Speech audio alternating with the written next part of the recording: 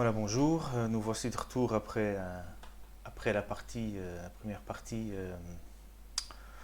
euh, consacrée au Dodge and Burn qu'on avait fait à la lumière donc. Donc on s'était arrêté là. Hein, donc on avait travaillé la lumière et arrangé la lumière, enlevé les défauts, accentuer les volumes, etc. Maintenant, nous allons nous occuper de la couleur. Donc je vais créer un groupe ici et normalement pour travailler la couleur, euh, je travaille avec les outils de base, hein, vraiment des calques de teinte et de saturation. Hein. Alors la couleur c'est assez particulier parce que d'habitude à moins d'avoir des super bons yeux, et en plus un écran calibré, il faut, on a souvent besoin des calques d'aide visuelle. Hein. Encore une fois, donc ceci est une méthode, on verra une autre plus tard. Euh, donc, ce que je fais d'habitude, je vais accentuer les différences des couleurs, donc, pour mieux les voir. Hein. Donc ici, bon, évidemment, je pourrais déjà voir ici qu'il y a une partie un peu trop rouge, les aisselles qui sont un peu trop jaunes. Hein. Enfin, je veux dire, il y a des taches un peu, il manque un peu de jaune éventuellement ici dans le centre du visage. Il y a un peu trop autour de, de- sur le front. Donc voilà. Donc il faut se dire au départ que la peau humaine est toujours, et là je mets vraiment toujours en grand, est toujours constituée de rouge et de jaune dans différentes proportions. Donc si vous avez la peau de quelqu'un qui ne contient pas de jaune du tout, bah, c'est qu'il y a un problème.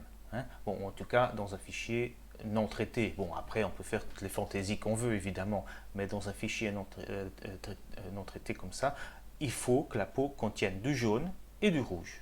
Alors, pourquoi est-ce qu'il y a des différences de teintes comme ça dans les photos? Bah, ça peut être une peau un peu délicate qui contient des rougeurs, ou ça peut être d'ailleurs souvent un mauvais développement, ou alors tout simplement que l'éclairage n'est pas uniforme. Ça peut créer ces différences de teintes. Donc il y a lieu de les détecter facilement, rapidement, parce que même si c'est presque imperceptible, bah, le presque, bah, ça se voit quand même.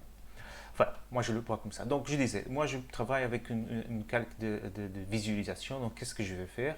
Je vais prendre le canal rouge et je vais shifter, enfin je vais vraiment bouger sa teinte de 180 degrés. Hein, quand on regarde la roue des couleurs, on voit de quoi je parle. Donc ici, dans les rouges présents dans l'image, hein, voilà que j'ai sélectionné, j'ai cherché la teinte, donc, ici, et je l'ai shifté de 180 degrés. C'est comme si vous avez votre couleur rouge dans la roue des couleurs et vous la tournez dans l'autre sens. Ben, ce qui se passe, c'est que maintenant, donc comme on a changé toutes les couleurs, le jaune aussi a changé, d'accord, hein, et elles sont beaucoup plus visibles, les différences. Hein. Donc ici, on peut voir par exemple que les cyans, les couleurs cyan correspondent au rouge, à la présence de rouge, et le mauve et le rose, euh, c'est la présence de jaune. Hein. Donc ici, un mauve, ça veut dire qu'il y a un petit peu de jaune. Le rose, ça y a beaucoup de jaune. Hein. D'ailleurs, je ne sais pas si vous avez réussi à le voir. Euh, c'est peut-être un peu difficile, mais ici, cette zone est un peu plus jaune que le reste. Et ça se confirme. Hein, d'accord. Et un cyan très prononcé, ça veut dire carrément une absence de jaune. Donc, euh, donc voilà. Donc il y a lieu peut-être d'uniformiser tout ça euh, pour que ce soit déjà beaucoup plus agréable à l'œil, même si c'est presque imperceptible. Ici, en tout cas, il y aura des images où c'est nettement plus grave et où ça se voit beaucoup plus, et ça peut servir pour beaucoup de choses. Donc voilà, donc la première chose, j'ai mes différences de couleurs. Donc je vois qu'il y a quelques soucis que je peux facilement euh, réparer. Je vais aussi, comme pour le Dodge and Burn, travailler sur un calque flou. hein, parce que bon, ici les détails, je n'ai pas l'intention de voir des détails. Donc je vais dupliquer mon fichier de base, je vais l'appeler flou, hein, comme ça je ne me trompe pas, et je vais faire encore un flou. Voilà, c'est un peu trop.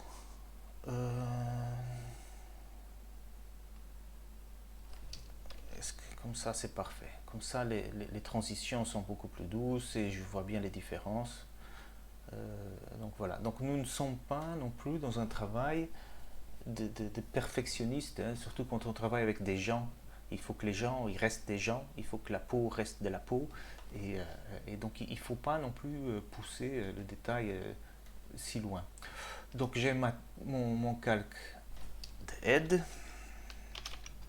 ici en haut, je le laisserai en haut, et je vais commencer à travailler avec un autre calque de teinte et saturation, que je vais le mettre plus bas. Donc le calque d'aide toujours en haut pour...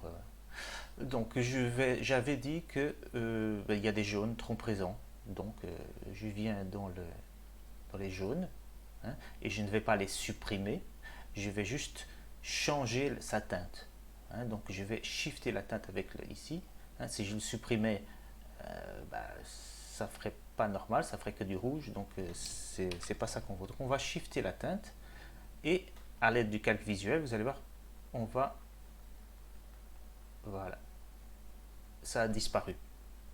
Voilà, on a changé la teinte du jaune, on est un peu plus rouge. D'accord. Alors ici, je suis allé très loin, évidemment, hein, pour faire disparaître vraiment tous les morceaux mauve-rose. C'est du jaune. Et voilà. Ensuite, je vais masquer mon calque et je vais peindre par-dessus. Hein, donc,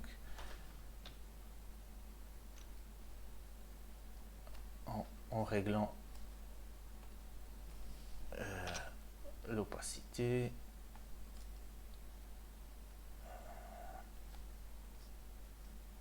C'est un peu trop fort. On va aller mollo. Voilà.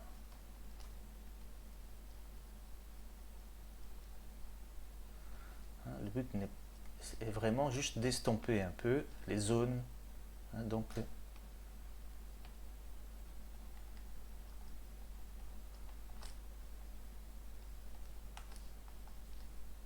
plus problématique.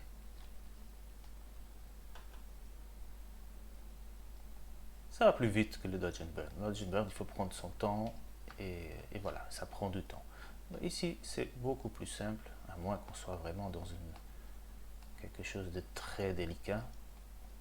Hein, donc ça marche très bien, par exemple, pour des traces de bronzage et des choses comme ça.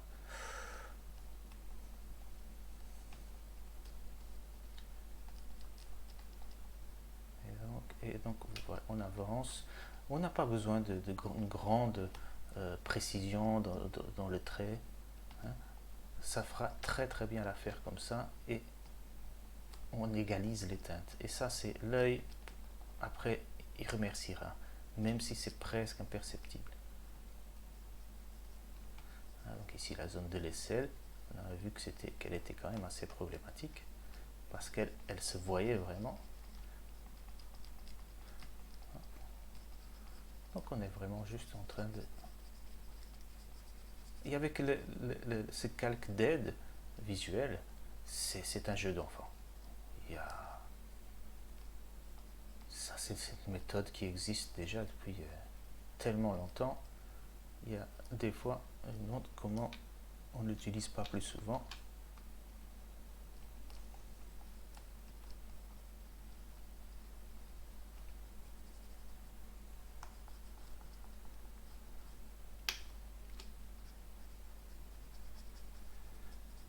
Et ici, il n'y a pas de problème de dépassement, puisque de toute façon, on ne travaille que sur la couche jaune de l'image. Donc, bon, évidemment, si vous avez un fond jaune derrière, ou un vêtement jaune qui contient du jaune, là, il faudra peut-être faire un peu plus attention. Mais a priori, donc nous voici. Donc, avant, après. Donc on l'a égalisé.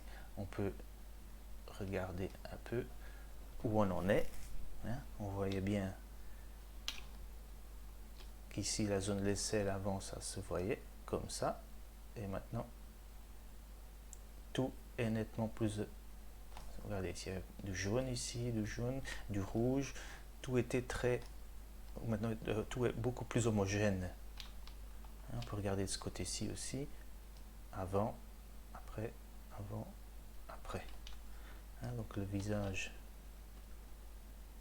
avant, après, avant, après. Donc voilà, donc on s'est occupé du jaune. Bon, maintenant, il faut quand même regarder un peu si dans le rouge, il n'y aurait pas moyen d'en remettre un petit peu, parce que peut-être qu'il n'y en a pas assez non plus. Donc qu'est-ce que je vais faire? Je vais, encore une fois, encore un calque. Par-dessus ce qu'on a fait. Et dans les jaunes, juste pour voir où il y en a maintenant encore des jaunes, je vais pousser voilà, la saturation à fond. Et là, je peux voir qu'il y a des zones où il n'y a pas du tout de jaune. Voilà, ça, c'est pas normal non plus. Donc, qu'est-ce que je vais faire? Je vais faire un autre calque. Donc ici, c'était encore un autre calque d'aide. Donc, je vais ici, c'était enlever des jaunes. Donc, moins jaune. Et donc, maintenant, un nouveau calque. Maintenant, de travail. Ici, et je vais mettre plus de jaune. C'est pas toujours obligatoire parce que bon, c'est juste dans ce cas-ci que ce n'est pas très uniforme. Et donc qu'est-ce que je vais faire? Je vais mettre plus de jaune, je vais prendre les rouges, le canal rouge, et je vais le shifter lui maintenant, puisque c'est dans le canal rouge qui manque. Voilà, je vais le shifter, d'accord. Donc maintenant je remplis les zones où il n'y en avait pas. Évidemment, je peins par-dessus et comme tout à l'heure, on vient peindre ici, ça va être un peu plus léger. Faut pas non plus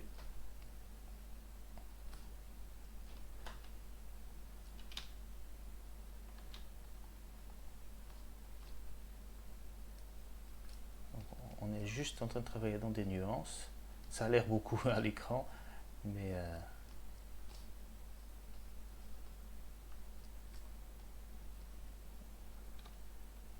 et voilà. Au moins, c'est bon.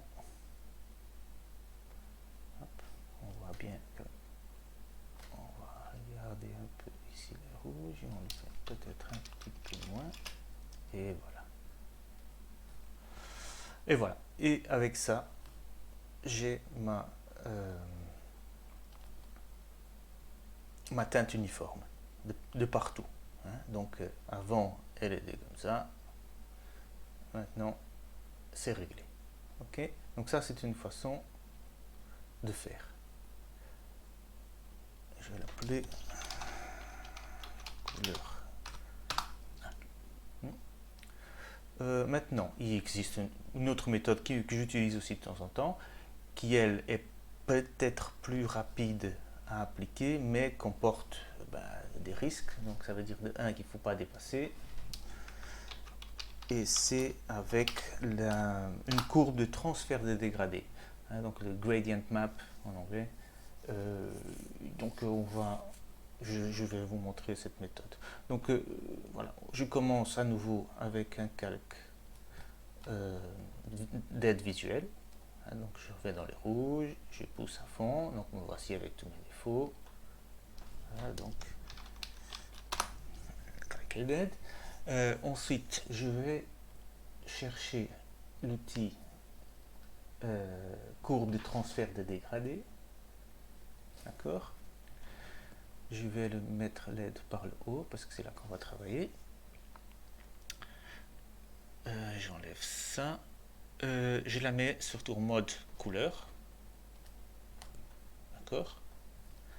Et je remplis le cadre si j'arrive.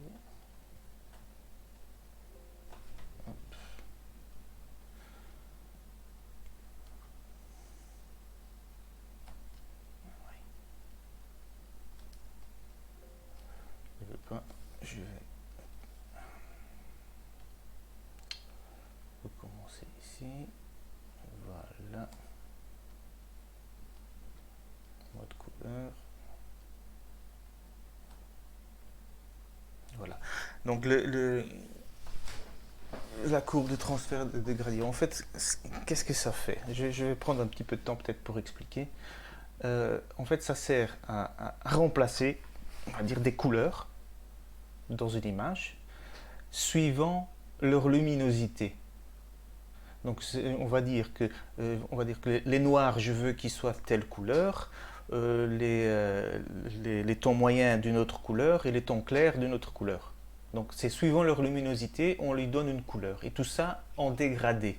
Donc il va passer de la couleur d'une couleur de basse luminosité foncée progressivement, et il va appliquer des couleurs que je vais lui donner de façon progressive, en faisant un gradient. Donc ici, par exemple, cette barre ici en haut, me donne les niveaux de luminosité dans l'image. Donc on a les noirs, on a les blancs. Donc luminosité, d'accord? Et celle du bas, ce que je veux remplacer. Donc je peux évidemment en remettre des tons intermédiaires autant que je veux et les enlever autant que je veux. Ici, dans notre cas, on va dire qu'on peut utiliser, on va dire 3. Allez, on pourrait prendre plus si l'image est compliquée, mais bon, on va dire que dans un visage, il y a des tons foncés, les tons moyens et les clairs. D'accord? On va se baser, évidemment, pour ces tons, sur les tons existants. D'accord? Et on va prendre des tons exemples. D'accord? Je vais, avant tout, j'aimerais bien, s'il veut bien,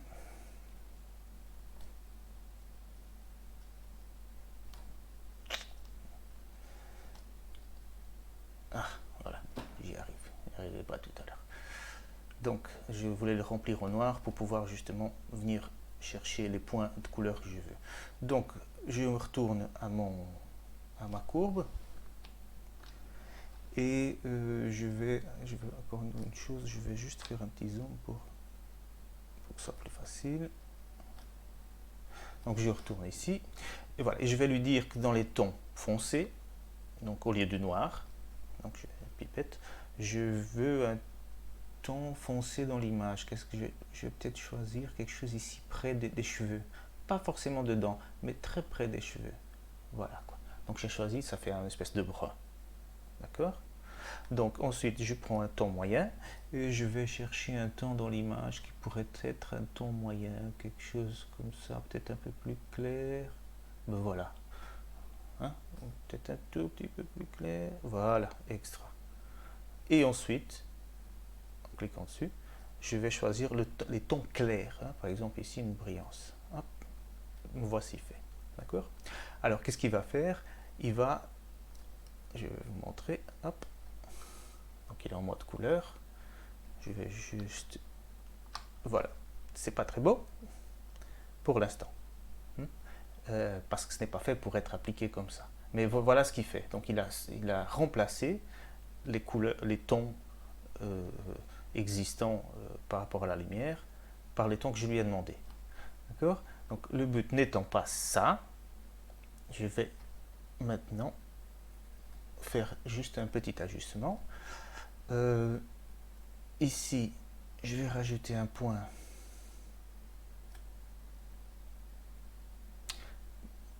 transparent. Le point noir complet et blanc complet, je veux qu'il soit transparent pour qu'il ne me supprime pas forcément tous mes noirs et tous mes blancs.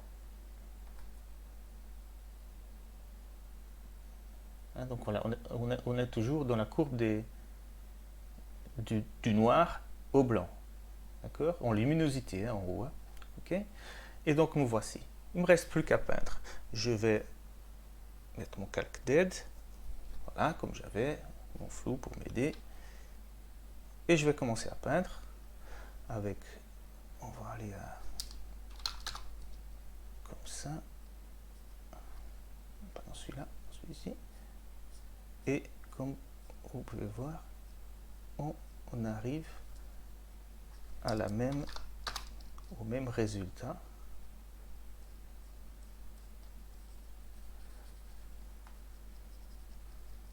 qu'avec les courbes, enfin les calques de teinte saturation. Alors la différence ici, c'est qu'il ne faut pas dépasser, parce que là on est vraiment en train de changer pas seulement un canal, mais vraiment partout. Donc il ne faut pas dépasser dans l'à côté. D'ailleurs, si je le fais, regardez, je suis vraiment en train de peindre à côté et c'est pas absolument pas ça que je veux. Donc il ne faut pas dépasser et on continue de la même façon.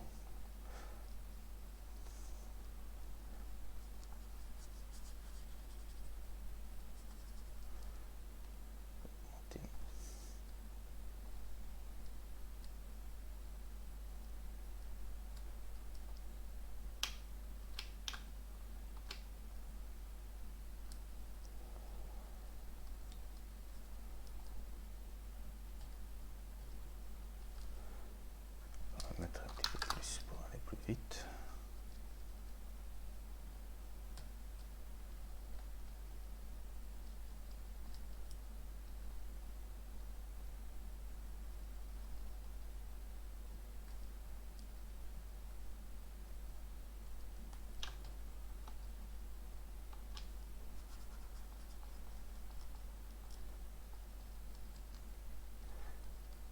Et la courbe de transfert dégradé marche très très bien pour ce genre de choses aussi.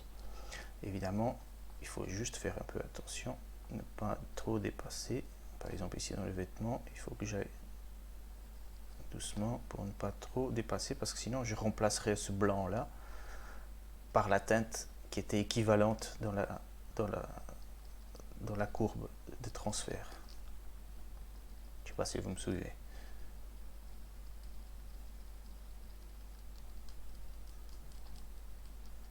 Mais il y a des moments où un est préférable à l'autre, mais bon.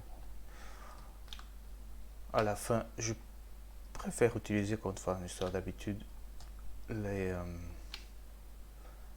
calques de teinte et de saturation. Mais c'est une autre méthode qui marche assez bien.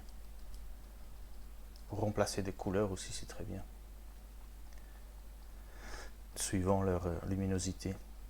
C'est vraiment un des outils qui n'est pas souvent utilisé dans Photoshop et il peut faire vraiment beaucoup de choses aussi.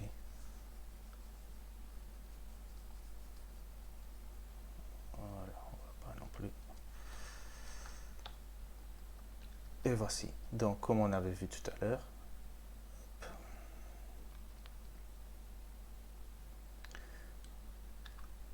sans ce calque, il y avait des différences de couleurs. Maintenant, on les a égalisées et un résultat qui, comme tout à l'heure, on voyait surtout bien ici dans les aisselles, il y avait des jaunes. Maintenant, il n'y en a plus. C'est tout à fait égalisé. Voilà. Maintenant, avant, après, avant, après. Pareil sur le visage. Il y avait un peu de jaune ici comme ça. Et maintenant, il n'y en a plus. Donc, voici deux méthodes. Hein, sont toutes les deux, elles donnent toutes les deux des bons résultats. Maintenant, il y en a certainement d'autres. Mais je pense qu'elles ci respectent plus fidèlement alors les tons de la peau. Et donc voilà, donc à ce stade-ci du portrait, on a nettoyé la lumière, les couleurs. Il n'y a plus qu'après, à chacun, il rentre dans le côté créatif qu'il veut donner à son image. On pourrait par exemple ajouter, on va fermer un peu l'image par exemple.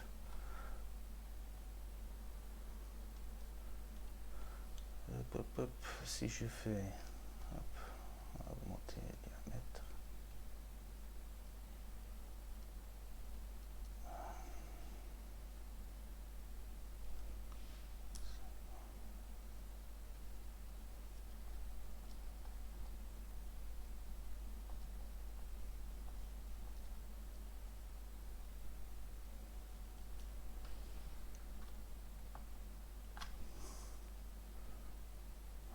fermant un peu. En plus. En fermant un peu, on se concentre sur le visage. Voilà quoi, donc c'est assez simple. Après, on peut éventuellement la caractériser un petit peu avec une courbe. Encore une fois, ici c'est côté créatif, chacun il va de ce qu'il aime, quoi. Donc je pourrais vraiment essayer de donner un petit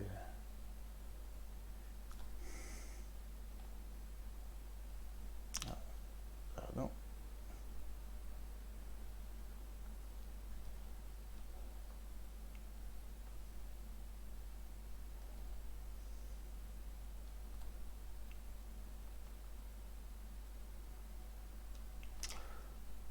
Un petit côté, je sais pas, une petite teinte un peu. Éventuellement baisser les noirs, estomper les noirs un tout petit peu. Voilà, c'est assez.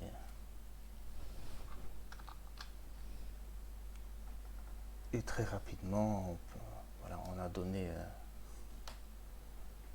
un petit style. Enfin, je veux dire, encore une fois, tout ceci est ouvert. Hein, ça, c'est très rapide. Hein, donc, et ça nous permet de voir d'où on est parti. Voilà, on est parti de là et on a terminé comme ça. Il ne restera plus qu'à après jouer un peu avec une petite légère accentuation là où il faut et voilà, a priori c'est terminé, donc il n'y a rien d'autre à faire. Et bien voilà, j'espère que vous avez aimé. À la prochaine.